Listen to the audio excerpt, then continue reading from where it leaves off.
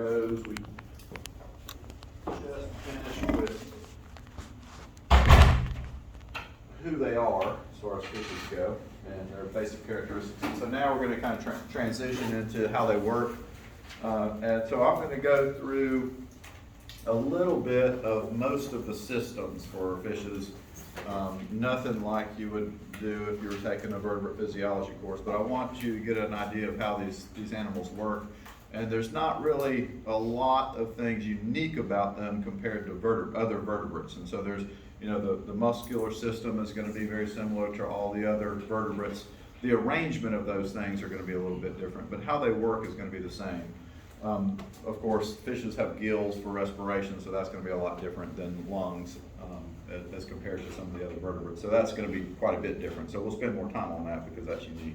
So now we're kind of talking about the soft anatomy, and so I'm just going to describe the function or the structure of these structures, and then also talk a little bit about their function. So we'll mix anatomy and physiology together as we go through the different systems. So a little bit about muscles, not a lot about muscles. Fishes have, the muscular system is not very complex because of the medium that they live in and the type of locomotion that they use, so we don't have a lot of different components to it or different orientation to the muscle fibers because of their type of locomotion. But generally it's going to be similar across the board in terms of the structure and how they work if we compare fishes to other vertebrates. And so if we kind of lump the muscular system together and just kind of broadly describe the different types of muscles you'll see in all vertebrates, and I guess these terms refer to vertebrates, but the main type of muscle is going to be skeletal. So that's going to make up the primary mass of muscles in a particular organism, all vertebrates including fishes. And so it's mostly used for locomotion, so it's generally attached to the skeleton, right? So the muscle is going to allow the skeleton to move, and that's going to, for these animals, push them through the water. It's also going to be involved in steering, but mostly it's going to be involved in propulsion for fishes. And then as you talk about the terrestrial vertebrates, that changes a little bit because now we're moving around on land, and so you have to have a different arrangement of the skeletal muscles, but the function is going to be the same. Okay, the other main type of muscle is smooth muscle, and that is going to be associated with structures that move material for the most part. Okay, so this is a cross section of the digestive system. Of course, when you ingest food materials, it gets into the stomach, it doesn't just stay there, it just automatically moves through the digestive system. Well, something is causing that to move, and that is the smooth muscle that encircles the tube. In this case, it's the digestive system, but it also can be encircling the blood vessels. So anytime you have to have material moving through this tube system that we have in the organism, is going to involve smooth muscles, and they contract rhythmically and push material along. And so that's the main function of the smooth muscle. And of course, in places where that is prevalent is the digestive system, which is pictured here. The circulatory system, of course, that's the system that moves the blood through the organism, and so that also has to have muscles to push that along. And then reproductive system, because material has to move through the reproductive system. Most of the fishes have external fertilization, so the gametes have to be released into the environment. They're produced in the testes if they're a male, ovaries if the female, and those products have to get out somehow, and that's the process of peristalsis that does that, and that involves smooth muscle. And then the third type of muscle is cardiac muscle, and the cardiac muscle is associated with the heart, and that's why it's called cardiac muscle, because that's the muscle that makes up this muscular pump that pushes large volumes of blood through the circulatory system. And so these two, skeletal muscle and cardiac muscle, structurally are similar, but there are some key differences. And so when we look at the muscle fibers of the heart and the muscle fibers of the skeletal muscle, they're distinguishable from each other. The only place you find cardiac muscle is in the heart, and that obviously is involved in pushing material through into the arteries and veins. Okay, so those are the types of muscle that exist in vertebrates and as well as fishes included in that group. So what I want to do now is just briefly talk a little bit about the structure, and I've touched on this already. So how are the muscles arranged on the organism, and that's kind of what I'm getting at here. So we talked a little bit about this before. So the Anatha, the group of fishes that fall into the category Anatha, which would include what? What are the living members of the Anatha? Jawless fish. Like lampreys and hagfish. So those are the two types of organisms we're talking about. So and mostly I'm going to be talking about the skeletal muscle. So, and I'll do some specifics as it becomes appropriate. But for the anathans, the skeletal muscle is arranged in what we would describe as a simple arrangement. And so what that means is there's a single series of muscular bands from the anterior area of the organism to the posterior end of the organism, and those muscle bands are called myomeres, right? So in other words, these guys only have one set, and we talked about, in contrast, the jawed vertebrates, including the jawed fishes, have two sets, and hopefully you're familiar with those, and I'll mention those again. Right, so this is a lamprey that was freshly collected, and their skin is relatively thin, so you can see the muscle bands underneath the skin. Those are the myomeres. And that is a simple arrangement because this band of muscle goes from the dorsal surface all the way to the ventral surface, and there's no division of those sets from top to bottom. And so that's going to be a lot different than the gnathosomes. And so each one of those is separated by, so a septum, right, is like a nasal septum is the division in your nasal cavity. Myo refers to the muscle. So these are the divisions that separate the muscle, and that's connective tissue. Which is similar in all vertebrates. So the other group, of course, the gnathostomes, that's everybody else other than lampreys and hagfish. They have two sets of myomeres, and we talked about this already. So the dorsal set are epaxial muscles, and the ventral set are the hypaxial muscles, and between the two is another kind of horizontally oriented division or septum between the large set up top and the large set down below. And then of course you also have each one of these bands are separated by a myoseptum. So similar structure except more complexity essentially is the main difference between those two. Another thing that's different is that in the gnathostomes you've got mostly white muscle on top, white muscle on bottom, and then in the middle there's a section of what we would describe as red muscle, and I'm going to talk about that in just a minute, and so you'll see why it's called red muscle and what the functional and physiological difference is between the two. For most fishes, this midline red muscle is poorly developed, right? So in other words, it's not prominent in most species of fishes. There are some where the proportion of the skeletal muscle is much higher in terms of the proportion of red muscle that makes up the skeletal muscle is much higher. And those are going to be organisms that have specific types of habits. Some examples of that would be the tuna. So generally speaking, what kind of habitat did tuna occupy? Open ocean. Open ocean, and so they cover huge amounts of area. They're high-speed swimmers. They're just migrating all over the place, and they can swim very fast. And then the other group that typically has a much higher proportion of red muscle are the salmonids, which include what? Salmon. What else? Trout. And so what's different about them? Or describe their kind of habitat with respect to how they use their muscles. They live in not just moving water, but fast-moving water, or they migrate up rivers, or they could live in the ocean. So they're also relatively either high-speed swimmers or they're swimming constantly in current. And so both of those situations require lots of oxygen and lots of ATP production. And of course, you can't get that unless you have lots of oxygen. And so the muscular system is adapted to obtaining as much ATP as possible, and that involves a lot of oxidative phosphorylation, which requires oxygen. So we'll get to the physiology of that in just a minute. So these animals, of course, are, in other words, they're using a lot more energy than most other, like a largemouth bass. When does he use energy? Chasing food. Which is almost never, right? What's their habit of catching food? How does a bass catch food? I mean, mostly what do they do? What are they doing 95% of the day? Huh?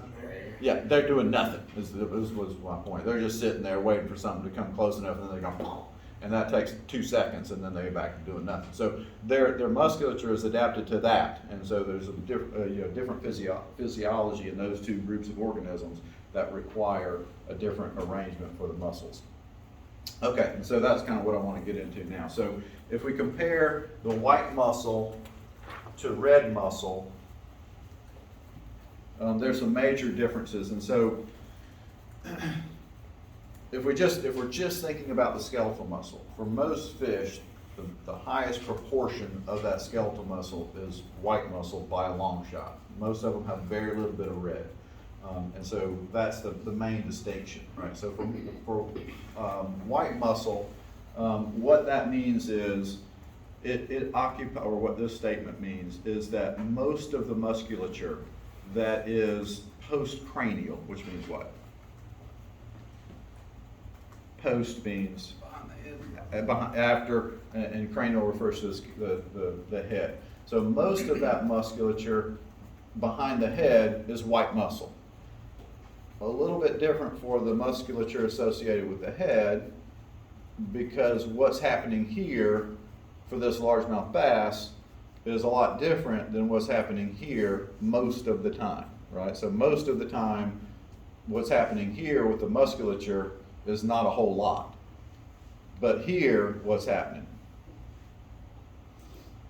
with the musculature? Constantly breathing? Yeah, it's moving all the time, because this animal is using the musculature of the cranium and the branchial cavity to constantly expand the buccal cavity, contract, and that takes a lot of energy. So it's different. There's going to be more red muscle associated with the cranial skeleton, not so much after that, because they're just sitting there, they're not using those muscles very much. Okay, so the idea here is that most of this muscle is going to be used mostly anaerobically during short bursts of effort, right? So the largemouth bass is going to be sitting under a tree, and then a minnow's going to swim by and he's going to shoot out and get it, and then come back to the sitting under the tree, not do a whole lot. So a lot of energy over a really short period of time, and that's mostly aerobic, right? Which means what?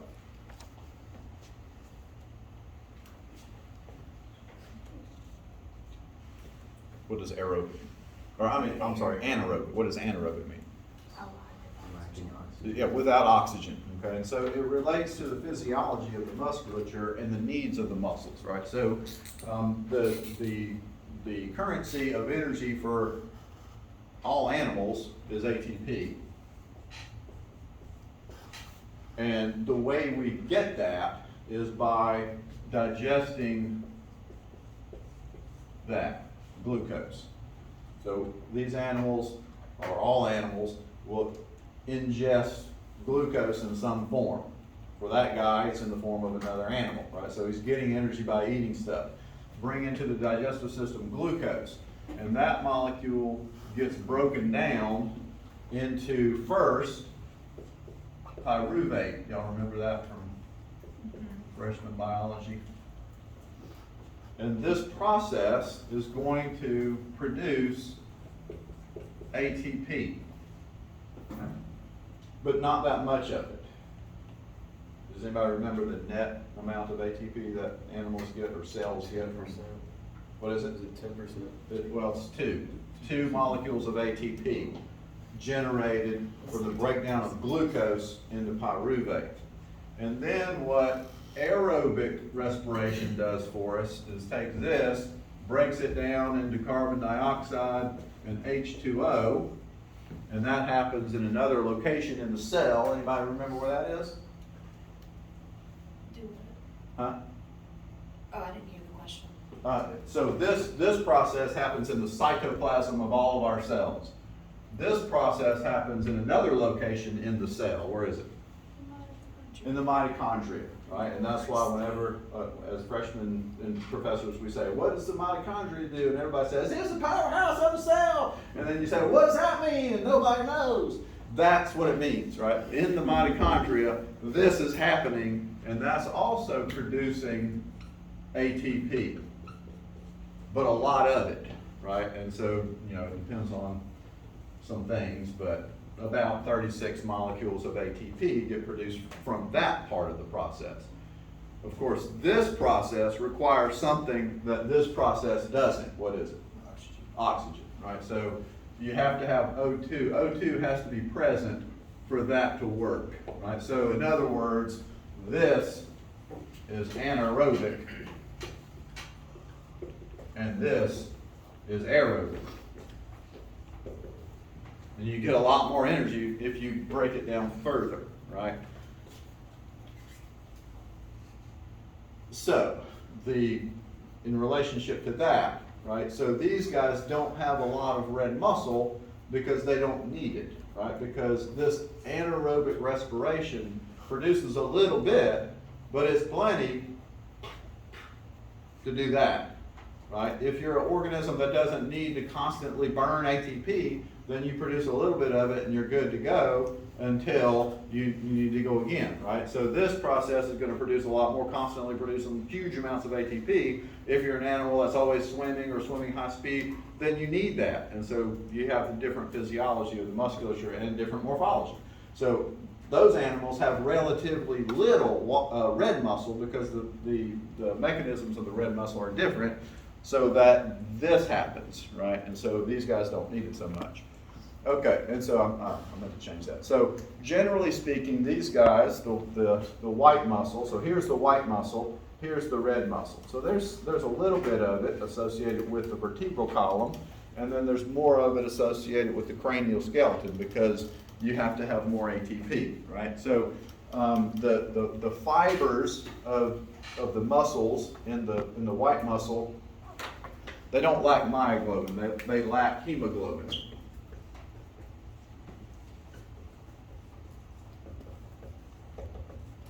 Which is a pigment, right? So hemoglobin is a pigment. And what's the role of hemoglobin? Y'all remember? What does hemoglobin do for us? It basically holds on to the oxygen. It grabs onto oxygen and then it lets go. And we'll talk about that magical process later. But this is that's what the role of hemoglobin is to allow us to transport oxygen efficiently to the cells. If you don't need oxygen, if you're not doing this, you don't need oxygen. So you're just doing that, you don't need oxygen, therefore you don't need hemoglobin. Hemoglobin has a component to it, that's iron, that equals red, right? So there's very little hemoglobin in these muscle fibers. And the reason why that's true is because the animal doesn't need it. It doesn't need oxygen, they're not highly vascularized like all the other muscle is. And so the appearance of that is a lot different. Okay, so again, that's another way of saying there's not a lot of blood supply to the white muscle because they don't need that. And so it's poorly vascularized, which means there's not a lot of blood supply to those muscles. And so, if you've ever filleted a fish, if you cut into the gills, what happens? Like when you're cleaning a fish and you cut the gills, what do you see? A lot of blood because it's highly vascularized because that's where we're exchanging gases. When you fillet the fish, you pull the skin off, how much blood do you see? Almost none, right? There's some blood because it has to keep the cells alive, but you don't see it because there's just not a lot of blood supply to the white muscle because it's not vascularized. And so some other things that are true about these the cells or the fibers of the muscle is that they have relatively few mitochondria. Of course, does that make sense? Sure, because that's where this is happening. If you're not doing that, then you don't need to spend a lot of energy building a lot of mitochondria in those cells. And so those cells typically don't have that. So the ATP synthesis, all cells need it, and that's how we essentially complete reactions that require energy. All of that is from this process, which is called glycolysis, right? So glycolysis, let's go to glycolysis. Glycolysis, glyco means what? Sugar. Lysis is to cut, right? So if the cells are lysis, glycolysis is to cut sugar. Six carbon sugar, 3 carbon sugar. And that process ultimately allows our cells to synthesize ATP, and that's the currency of energy that we use. So if we compare white muscle to red muscle, of course, we're going to see some differences, essentially the opposite of what I said, right? So the amount of red muscle is much higher, the proportion of red muscle is much higher in those animals that are, that require lots of energy, basically. And so, things like tuna, marlin, sailfish, all those animals are swimming in huge areas. They have to swim all the time. They're finding food that's really patchy, so they can't just sit there, otherwise they'll starve, or they're swimming in, a strong current. So mostly what's happening with these guys is glycolysis, but also cellular respiration, right? So they're putting both of those things together. You can't have this until you have that first. So they have aerobic respiration, and the outcome is going to be, a lot more molecules of ATP, and so the proportion of red muscle is much higher. And so here's a fillet of an animal that has, is one of these. I don't know what that's from, but it's mostly red muscle, and that's because they're highly vascularized. So there's a lot of blood supply to those fibers. They're all carrying hemoglobin, which is allowing them to transport oxygen into those cells. And then with the hemoglobin comes the iron, which causes it to appear red. Okay, some of these animals that live in these environments also have red muscle that are deeper in the tissues. And that allows these animals to use a heat exchange system that we'll talk about later when we talk about physiology. And so some of these animals not only are swimming in open water, but they're swimming in water that's very cold. And so if you're an ectothermic animal and you're living in a cold environment, what happens to metabolism? What's that? It slows down. Like if I'm going to take a picture of a snake, I'm going to say, hey, this snake is an ectotherm. I can really slow it down by doing what? If I want to get some photographs of it in the lab, especially. Huh? Chilling it down? Yeah, I'll put them in the fridge for a while, and I'll pull them out, and you're just sitting there, and I'll take pictures of it. Because all those reactions are really, really slow. They can't do anything. So those two things aren't compatible, right? Swimming in open ocean, cold water, and being one that's constantly swimming don't go together. You can't do that unless you have a relatively high metabolism. If you're an ectothermic organism, the only way you can do that is elevate your core body temperature. And these massive amounts of red muscle deep in the tissue allow for a heat exchange system so that their body temperature stays way above the external environment. And so, when we say they're cold-blooded animals, that's not very descriptive for some of these animals because their body temperatures are maintained much higher than the surrounding water column. Okay, does anybody have any questions on that? So on an exam, I might ask you to, describe the differences between white muscle and red muscle, things like that. So, or I might, ask you why questions. I like why questions. Why would you expect a salmonid to have a lot more higher proportion of red muscle in there? And you should probably touch on this process here. Without it, you don't get that, so things like that. That's what I'm asking you to think about when I ask you questions about that. Okay, does anybody have any questions about it? All right then. Okay, so the next, description. So that's pretty much all I'm going to say about musculature. I'm not going to talk about the elements of the muscles. For fish, it's like I said, it's fairly, it's not very complex because it's mostly just allowing the animal to move. Not to say that those things aren't complex, but less complex than terrestrial vertebrates. Okay, so the next main thing I want to talk about is the cardiovascular system, and then we'll link this together, of course, with the respiration and all the other things that happen with transport of blood. But Just kind of taking the cardiovascular system by itself, what does that mean? And so that system, of course, includes four main things. A muscular pump, and that is going to move the fluid. Okay, I guess what I want to touch on first is kind of what the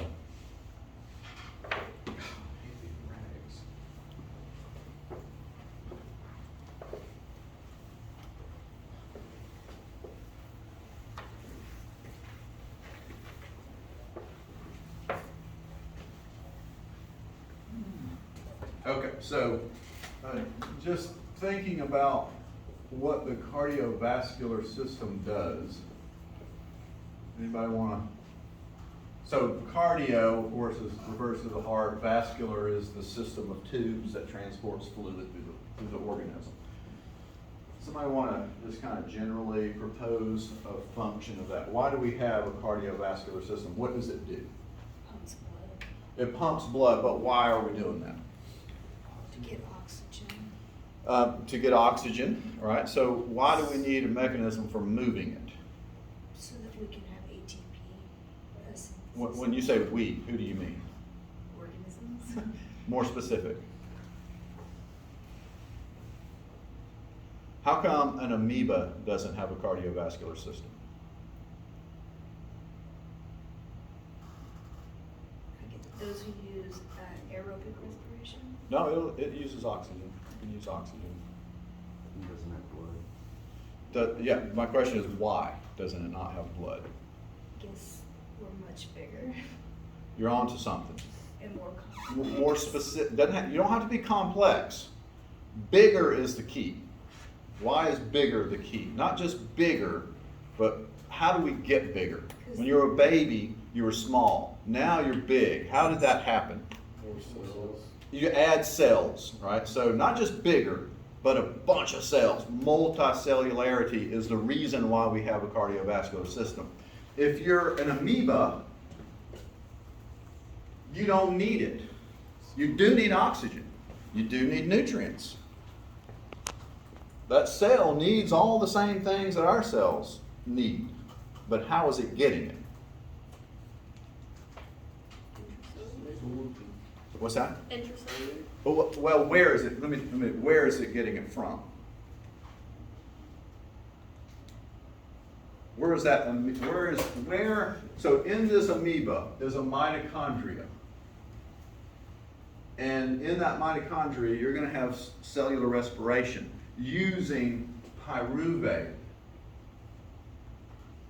and breaking it down to CO2 and H2O. And this pyruvate is coming from the breakdown of glucose. Ultimately, the same exact thing that's happening in every one of our cells. Where's the glucose? How does that amoeba get glucose? Goes around. It gets it directly from, what's this? Environment. Where does it get oxygen? Directly from the environment. Where does it get rid of its waste material? Directly into the environment. So this cell is exchanging all the things that living organisms need directly with the environment. Works great if you're a single cell organism or you are a relatively few celled organism.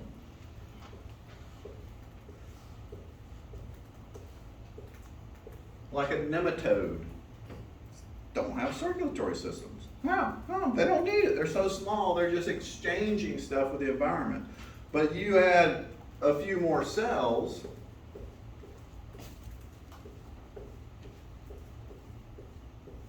now there's a problem, right? Because here's where the glucose is coming from, and here is where we need it. And if you're an organism that has relatively high metabolism, you need it fast. And if you're just relying on the passage of glucose to get from here to here, these cells are just going to starve.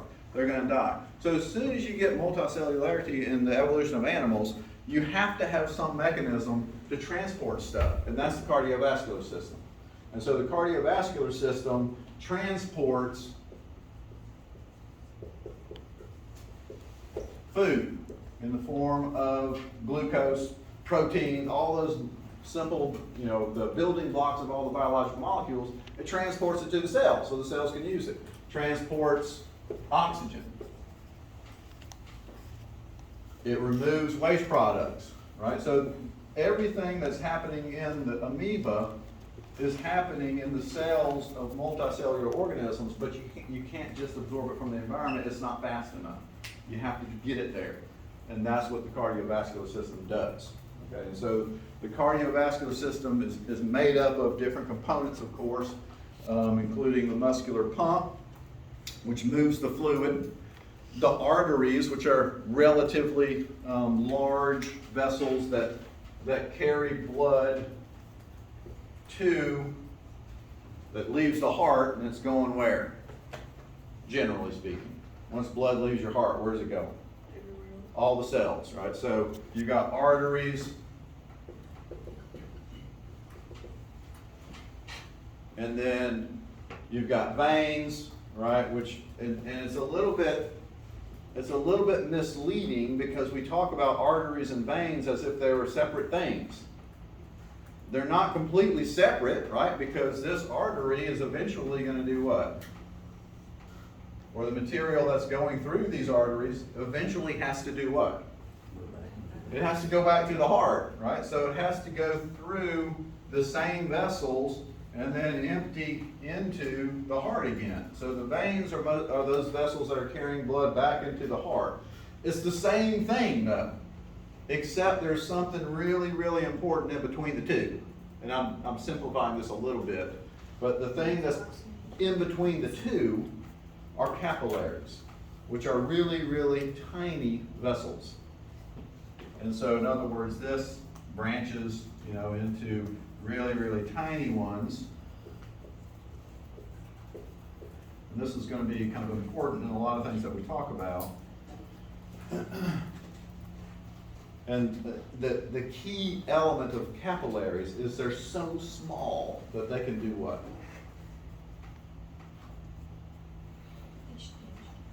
They can deliver stuff directly to what? What? Cells. To cells, right? This is the same problem as the environment, right? If you've got a bunch of cells stacked up next to the artery, you still have the same problem as if you're this. You can't get stuff to this cell quick enough from that big thing. So it has to be broken down into little tiny ones. And I'm going to exaggerate a little bit because it doesn't have to be exactly this, but now these capillaries are flowing right next to cells. And whatever is in the capillaries, oxygen, nutrients, waste product, all that is now exposed directly to the cell membrane, and now you get transport stuff, right? And so that's obviously going to be important when we're talking about gas exchange, heat exchange. All those things happen because we have a circulatory system, but we also have capillaries. And that's going to allow for a lot of things to happen. When we talk about the gas bladder, when we talk about heat exchange, all that relates to capillaries. I don't know, maybe Ryan has heard this, but on one of my exams, it was kind of a joke. The question was, what's the deal with capillaries? That was the question. And so because I kept talking about capillaries, and then people would, like every time I'd ask a question, they'd say capillary, just like, because that was going to be the answer no matter what it was. So I'm kind of making a big deal about that because that's where it all happens. And it's going to apply to a lot of things. So I really want you to understand that. And the other main thing is that this is a loop. And sometimes capillaries can be next to each other in a loop, right? So here's my artery, here's my vein, these are my capillaries. I can do this, if I can match up my fingers, I'm drunk. All right, so that's the capillary bed, and so that's where things are exchanged, but I can also do this. Right, so now the capillaries are running next to each other, and that's going to allow some cool stuff to happen with respect to gas bladder, heat exchange, all that kind of stuff, because those capillaries are folded on top of themselves. But they're still connected to each other, but blood's going like this and going like this. And they're really close together. And so if things can pass from this capillary to the cell, It can also pass from capillary to capillary, and that's going to allow fishes to do some things that otherwise they wouldn't be able to do if you didn't have capillaries. So these are important. Capillaries are important. So I'll probably ask you guys what's the deal with capillaries. Be ready for that. Okay. That's fine. All right, so we'll kind of take it kind of component by component. The main thing I want to talk about in terms of the circulatory system as a whole, with the exception of when we get to start talking about specific stuff, is the heart. Because the heart and how blood flows through the circulatory system in fishes is a little bit different, or a good bit different, than other terrestrial vertebrates. And it's because of what we're trying to do in terms of getting oxygen. So if we look at the anatomy of a heart of a fish, it is 4 chambers. Just like a mammalian heart. There are 4 separate chambers in the heart of a fish, just like mammals. The difference is, in a fish, those chambers are in a series, one after another, after another, after another, right? And so that's different than a 4-chambered mammalian heart. And I'm just going to go ahead and draw it up here so we can use it as a reference. In some ways, the mammalian heart is, well, in almost all ways, the mammalian heart is more complex, but I think for us it's easier to understand it when I start talking about stuff that you never heard of, right? And so as a comparison, a human heart, a mammal heart, bird heart, crocodilian heart, they're all made up of 4 chambers, just like fish heart. But they're not in series. They don't go one into the other, into the other, into the other. Right? For the mammalian heart, you've got blood that comes from the tissues into the right atrium. And then blood from the right atrium goes into the right ventricle. Yeah? Remember that? And then from the right ventricle, it leaves the heart altogether. Out a hole here, and then an artery there. So the blood's going in that hole, out of the heart to where?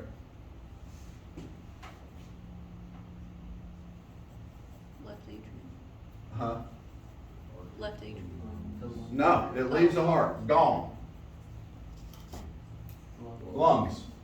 And then it comes back through another, now a vein. So this artery is called the pulmonary artery going to the lungs. This is the pulmonary vein coming back from the lungs into the left atrium. Here it comes back, left atrium. And then from there, through another valve or opening into left ventricle. And then it leaves the heart again. Where's it going? Not yet. That would be a problem if it went directly from here into capillaries. Right? It leaves the heart not through tiny vessels, but a huge one. What's it called? Aorta. The aorta, right? So, and that's distributing blood everywhere to all the systems. Why would it be a problem if it was capillaries? Too small? What's the outcome of that? It'll just go to those cells in the immediate area. When this contracts as hard as it needs to send blood all throughout the organism into capillaries, what's going to happen? There's a bust. And that all that blood is just going to seep into, so this is the aorta, and then it's going to go out to major vessels and then branch down into ultimately capillaries where you can do some gas exchange. So this is the mammalian heart. 4 chambers, but not in series, right? Right atrium, left atrium, gone. Comes back, left atrium, right atrium, right ventricle, gone. Comes back, left atrium, left ventricle, now to the systems, and then ultimately back. Okay, so fish heart, same in that it has 4 chambers, but they're in series.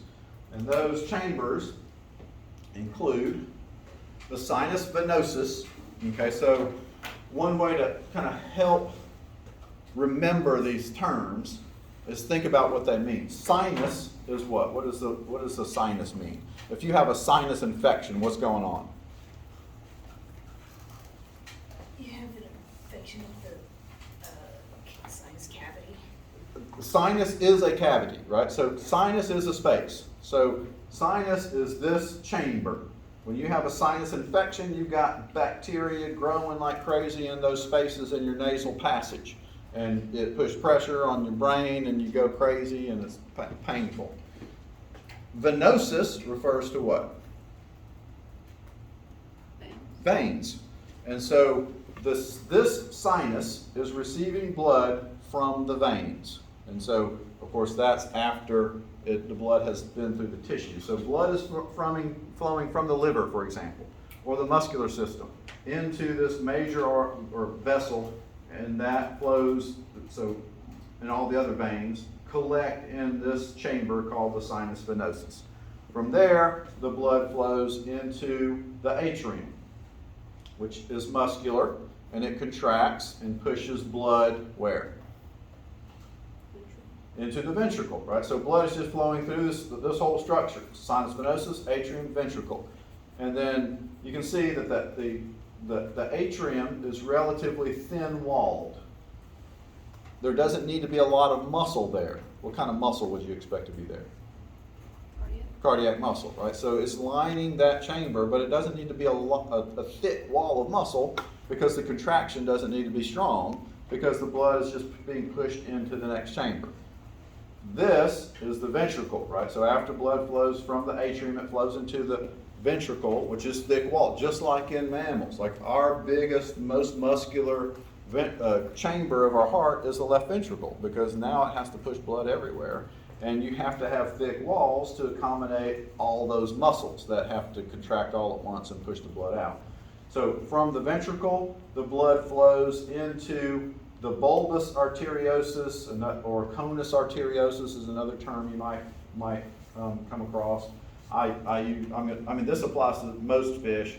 Conus arteriosus applies to chondrichthyan fishes because it's not homologous. But the function is the same, right? So bulbous, of course, is like a bulb, and arteriosus refers to the fact that this blood is going where? Arteries, into the arteries, the major vessels that leave the heart.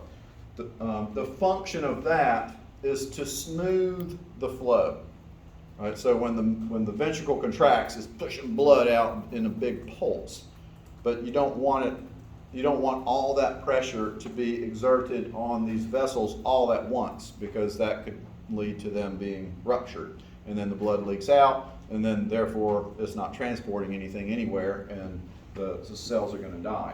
And so this smoothens that process. So the blood flows more fluidly through into the arteries.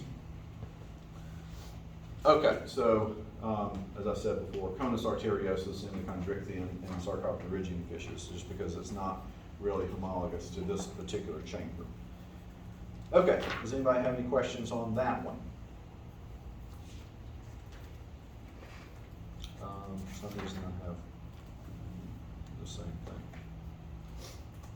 Okay, so now what I want to do is at least start with the pattern of blood flow, and then we'll talk about the main difference, I guess. And this diagram kind of shows what I'm ultimately getting at. If we just look at this part of the diagram, this represents the systems. Okay, so and we'll just start right here, just to start somewhere. So blood is flowing into the systems, carrying all the stuff that it needs to deliver material to the cells, and then ultimately will take waste products away from the cells as it flows over the cells, but then ultimately back into the pumping mechanism, otherwise known as the heart. Okay, so we just want to kind of follow the blood flow in this particular diagram. We'll kind of highlight some of the things that happen. So so when you look at a fish, there's some major vessels that are prominent, including the postcardinal vein and hepatic vein. So hepatic vein is the main vessel that drains fluid from the liver. And in most vertebrates, the liver is the primary, is the largest organ in the body cavity, and so the vein that drains that is going to be prominent. I'm not gonna really focus on this part of it. I just, for completeness, I guess, the blood that's coming back into the heart from the systems is mostly flowing through what we call the postcardinal vein and the hepatic vein. And then, but ultimately that represents all the blood that has passed over all the cells and delivered the materials. And so from that particular vein, the blood flows into the sinus venosus, like I just described a minute ago. So here's the sinus venosus, blood is into there. And then it goes into the atrium and into the ventricle. So this is nothing new, but we're gonna get into something new in just a second, right? So here's the ventricle, here's the bulbus arteriosus, and then from there it leaves the heart, but it leaves in a major blood vessel, and that's called the ventral aorta. Okay, so for mammals, when the blood leaves the heart, it's the aorta. For fishes, when the blood leaves the heart, it's the ventral aorta, which means aorta where? On the bottom or the ventral surface. Okay, so there's a major blood vessel that leaves the heart, and that's where the heart is positioned. If we look at a fish from the side, the heart is kind of on the bottom of the organism from top to bottom. The ventral aorta runs forward from the heart. And then from there, you have some major divisions, these guys. And those guys are called afferent arteries. Afferent, again, means ascending. Okay, so these are the afferent arteries that are ascending towards the dorsal aspect of the fish. But as they go from ventral to dorsal, they're passing an important structure. What's it called? What do you guess these are? Gills. Gills. All right, so the blood is flowing from the heart, and all the blood in the heart, no matter what chamber you look in, if you measured oxygen content of the blood in any one of these chambers, is it going to be high or low?